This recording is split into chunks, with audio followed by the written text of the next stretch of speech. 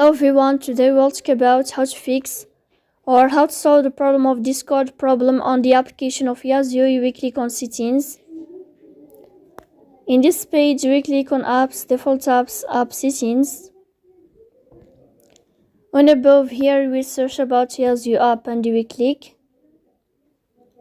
Then here in this page of app info we click on first stop and we click OK. Here you will enter to the window of storage. Then we click on clear cache. In the end, you can turn off your phone and you can wait a moment to restart your phone again. If it's not working with you, you will go to Play Store. You will search about the application of Yazio, and then here you can update your app if you find updates to fix that problem.